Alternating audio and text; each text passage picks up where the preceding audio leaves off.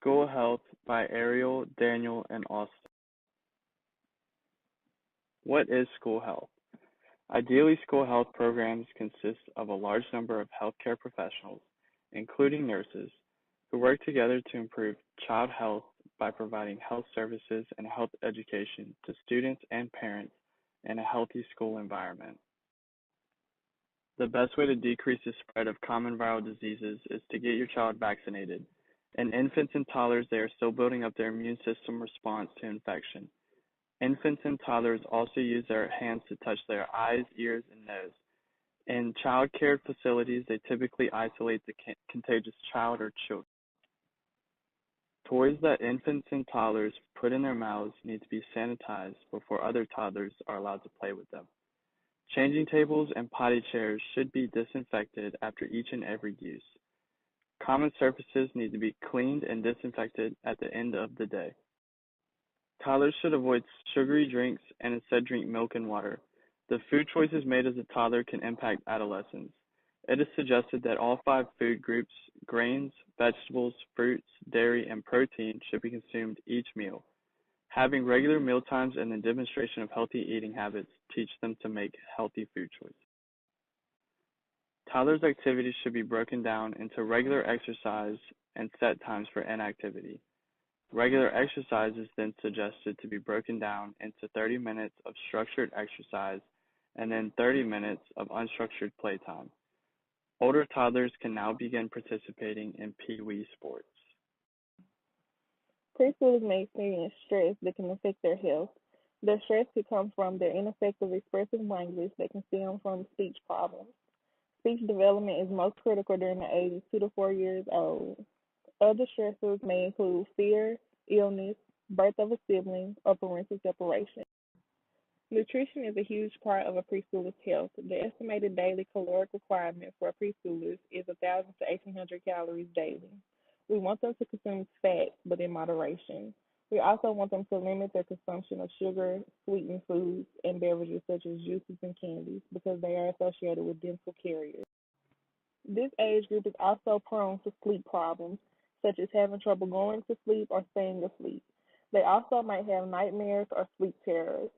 No matter what the problem is, it is important for parents to recognize the issue and improve it promptly because sleep is very important for a preschooler's growth and development. Safety measures regarding motor vehicle injury should be taught at preschoolers' age because they are more likely to be riding their bikes in the street, running after a ball, or crossing the street to go play.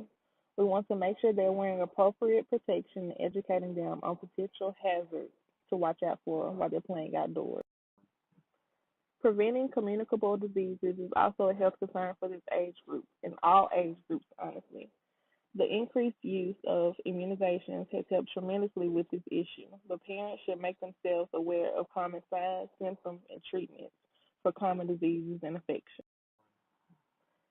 Because school age children have developed more refined coordination and control and are more cognitively capable, the number of injuries decrease in their age group.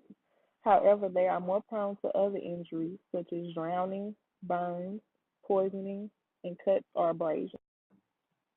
School nurses are sometimes the first people to talk to school age children about sex. When presenting sexual information to a school age child, nurses should treat sex as a normal part of growth and development. Education about anatomy, pregnancy, contraceptives, and sexually transmitted diseases should be taught in simple terms that the child can understand. School health for school-age children also includes influencing attitudes. One huge aspect of this is social relationships. School-age children tend to form clubs or groups with one another. With this formation of cliques comes bullying. Although bullying occurs in any setting, it is most often at school with minimal supervision where peers are present to witness the attack. School-age children may start to show signs of disorders such as ADHD that are accompanied by behavioral issues. Sometimes school healthcare professionals are the first to notice these symptoms through the child's behavior at school away from the parents and will be able to refer the parents to other healthcare professionals that can help. Friend groups become a huge deal between the ages of 10 to 19, so ensuring that they are within supportive and positive influence groups at school will help their emotional health. Bullying is becoming less prevalent in this day, but is still present and can severely affect a child's emotional well-being. Sicknesses are spread relatively easily throughout schools. One of the most effective ways of preventing sickness in school is through effective hand hygiene and limiting physical contact with someone that is known to already be sick. Knowing proper coughing and sneezing techniques is also very helpful for preventing sickness throughout school settings. Sexual health begins to be taught during these ages.